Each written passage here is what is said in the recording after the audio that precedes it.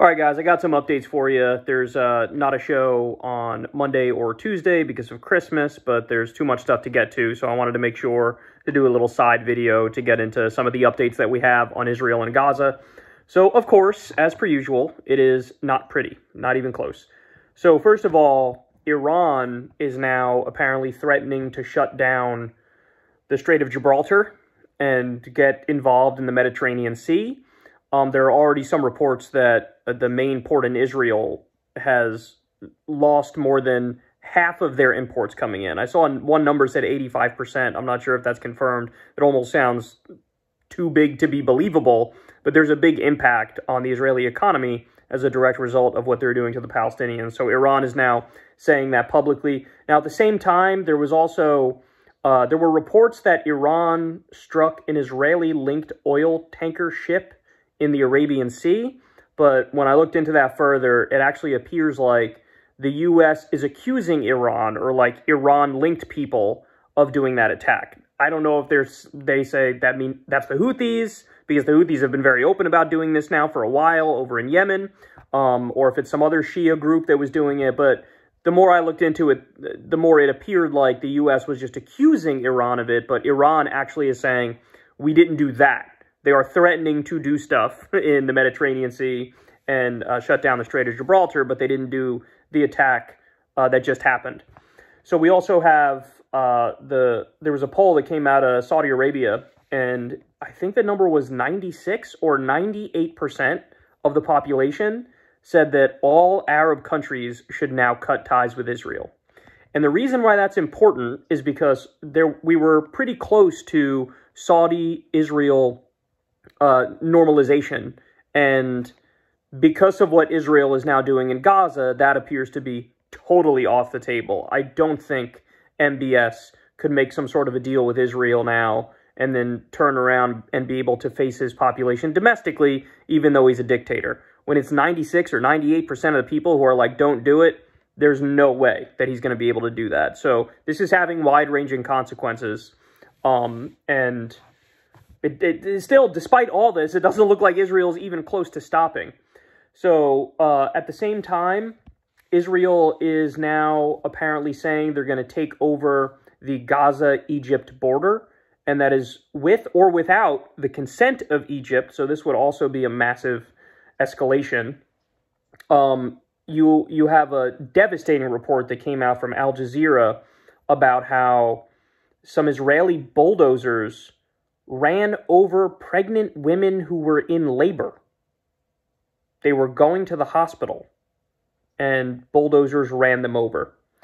They were also carrying white flags. You see a pattern here when it comes to the whole white flag thing.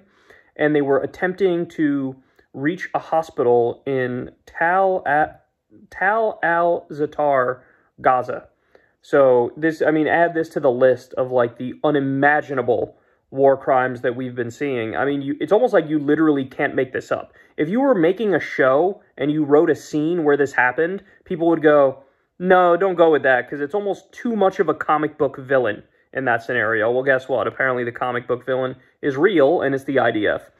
A Washington Post investigation has found that there's actually no proof of a Hamas command center under the Al-Shifa hospital following Israel's attack on that medical complex.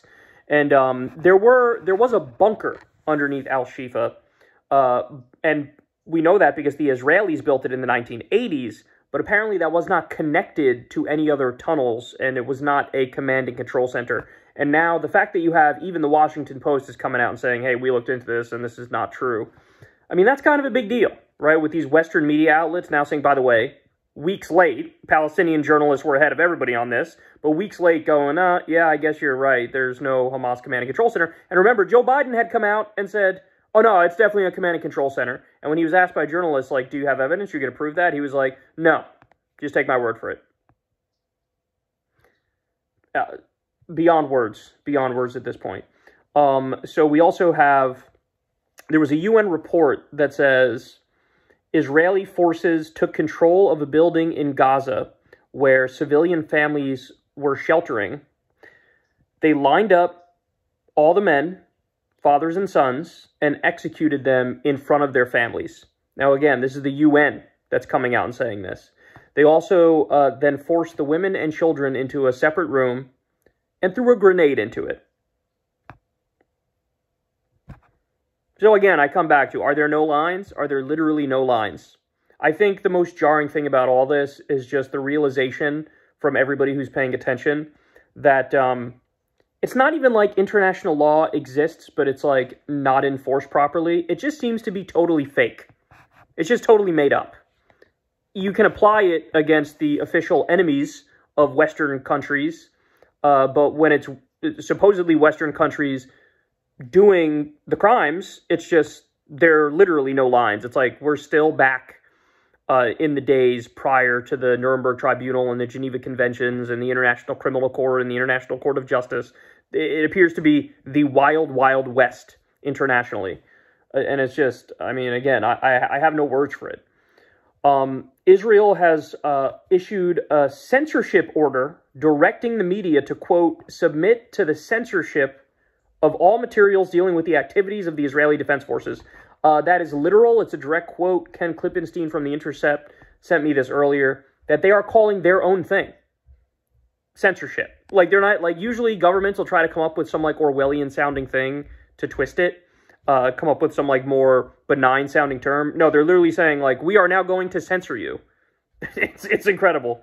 To give you guys a little bit of an update on the numbers, we've now crossed the 11,000 dead kids mark, which is, it just keeps climbing, man. It just keeps climbing. Apparently, 26,000 of the roughly 28,000 dead Palestinians are civilians. This is according to Euromed Monitor, the human rights group.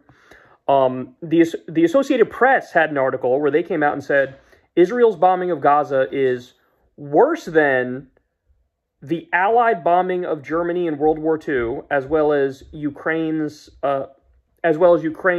Mariupol and Syria's Aleppo. So those were, of course, viewed as like the worst atrocities imaginable. What happened to Mariupol was terrible. What happened in Aleppo was horrible. But again, it dwarfed by what's happening in Gaza. Israel has destroyed over two-thirds of all structures. Over two-thirds of all structures in northern Gaza. And that's to say nothing of the south, which has also been relentlessly bombed recently as well. The New York Times reports that during the first 6 weeks of the war, Israel routinely used one of its biggest and most destructive bombs in areas it designated safe for civilians. So this is a fact that you've heard a bunch of people bring up. I think Crystal brought it up. I've heard Cenk Uygur bring it up, that they're using 2,000-pound bombs, which are in no way, shape, or form okay for densely populated civilian areas like cities. The United States, during the war on terror in Iraq, they would not use any bomb in a city bigger than 500 pounds. And it's not like the U.S. is some sort of beacon of justice or human rights or altruism here. It just goes to show you that there are literally no brakes in the car when it comes to the IDF and what they're doing. Top Israeli officials are saying on Israeli media that they feel zero pressure from the White House and Biden. Zero. They're saying this publicly. So in other words, they appear to know that all of the finger wagging that Biden is doing in public about, oh, you better bomb more humanitarianly, they know that is just ass-covering PR. They know that that's just, this veneer to show the rest of the world, like, oh, no, we're still the good guys, as we literally aid and abet a genocide. So, I mean, what is there to say? If at this late date there's no pressure, there is never going to be any pressure. And early on in this conflict, we joked, like, hey, would they lose any support if Gaza got nuked? The answer is no. There would be no loss of support if Gaza got nuked. Biden would continue to make arguments defending Israel and maybe still do some finger-wagging PR, but after the nukes get dropped, there's nothing left of Gaza. We're already at the point where there's almost nothing left of Gaza. But it appears like there are literally no lines at all, and Israel is well aware of that. So I want to give you guys an update on here are the groups that are calling for an immediate ceasefire. You, of course, have the United Nations General Assembly, Doctors Without Borders, World Health Organization, Amnesty International, B'Tselem, which is the top human rights group in Israel, UNICEF, the UN Secretary General, Pope Francis, Majority of all the polls that I've seen from all these different countries say the same thing. Opposed to a ceasefire, of course, the United States and Israel. And you guys will remember the last time we did a segment on this, we talked about this UN resolution that was being negotiated, not for the General Assembly, but for the Security Council, where the real decisions are made. And the U.S. was apparently pressuring everybody to, hey, let's like soften the language and weaken the language. Don't do a ceasefire. Do another like humanitarian pause. Don't end hostilities, suspend hostilities so that they could sort of be picked back up later. And they were arguing over all the specifics. And I believe it was maybe like a 5-day period where they were supposed to have the vote, and then they would postpone it a day, and another day, and another day, and another day. Well, they just had that vote. And guess what? Even after all of the stuff they did to weaken the terminology that was in this new resolution, the United States still did not vote for the resolution. Now, they abstained, which allowed it to pass at the UN, but the United States didn't vote in favor of the resolution that they were in the room arguing for the specific wording of. So, I mean, it's just absolutely astonishing. And again, it's such a toothless resolution. At this point, to do anything that's toothless, this is going to go down in the history books as the most chicken shit nonsense we've ever seen. And it's Israel and the U.S. who are, the main culprits. The main culprits. In fact, there's starting to be a backlash, even from countries you wouldn't expect. So there was announced the other day was this group of 10 different countries who were going to go after the Yemeni Houthis, who are now seizing ships and trying to prevent them from getting to the port in Israel. And they've now seized a number of ships, the Houthis have, to the point where there's an 85% reduction, again, at least according to one source, 85% reduction in trade with Israel since the Houthis started cracking down. Well, apparently some of the countries that originally signed up to be part of this, coalition of the willing to go after the Houthis now, they're now dropping out. So some of the Scandinavian countries, like I think Sweden and Norway, the Netherlands, and some others too, have now said, wait, I was not signing up for this. I was not signing up for, going to war with Yemen. So the U.S. is now backing down off of some of the rhetoric over bombing Sana'a in Yemen, bombing like Houthi-held territory in Yemen. They've now backed off of that, but they're still attempting to, at least in a maritime sense, go after them and their drones on the sea, because they're attempting to make sure there's no hiccups in trade with Israel, even though Israel is currently feeling it. The fact that Yemen decided to hop in this war and try to apply pressure however they could. Now, the final point I'll make here is that the U.S. is blocking a war crimes investigation into Israel. There's now been a number of attempts to actually try Israel for many of their crimes, and it's being blocked. The U.S. is blocking it. So there are your updates. I wish I had some good news for you. There's no good news at all. And look, the main thing that I keep coming back to in my own mind is like, how are we still at the point in 2023 where it really seems like nothing has changed since like medieval times?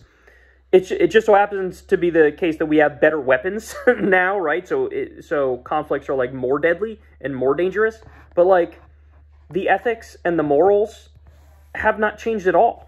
I mean, you got this sense, certainly I did, that after World War II, there was a little bit of an awakening. After World War II, people came to the conclusion, all right, this fucking sucked. World War I was disastrous. So many people died. World War II was disastrous. You had this psycho who was committing genocide, and so many people died. And, we had the Nuremberg tribunals. We had the Geneva Conventions. We had international law that was supposed to be serious and real and look out for human rights and prevent atrocities from happening in the future. The fact of the matter is, it's fake. It's all fake. It was all a framework to make people feel good that there are rules that will be objectively applied and that justice is blind. Justice is not blind, and the rules are not applied equally or fairly, and that's where we are right now. It's a total slap in the face, and it's a real wake-up call when you realize, holy shit, nothing has changed since those days, because Israel, in broad daylight, can commit the worst atrocities imaginable And the U.S. government, which is the world's sole superpower, which is backing them, arming them, funding them, will just proceed as if nothing happened. You know, I saw Anthony Blinken tweeting something, basically sucking himself off and sucking the U.S. off about how we're going to continue to lead with diplomacy going into the new year like we always have as the world leader. And it's like, can you at least have the bare minimum amount of shame to shut the fuck up right now? Because there's not only blood on your hands, there's blood all over your body, bitch. So anyway, disastrous stuff, and I hope it changes, but I'm not going to hold my breath. Credit to everybody who's out there in the streets protesting. Credit to the governments that are now stepping up and breaking with the orthodoxy.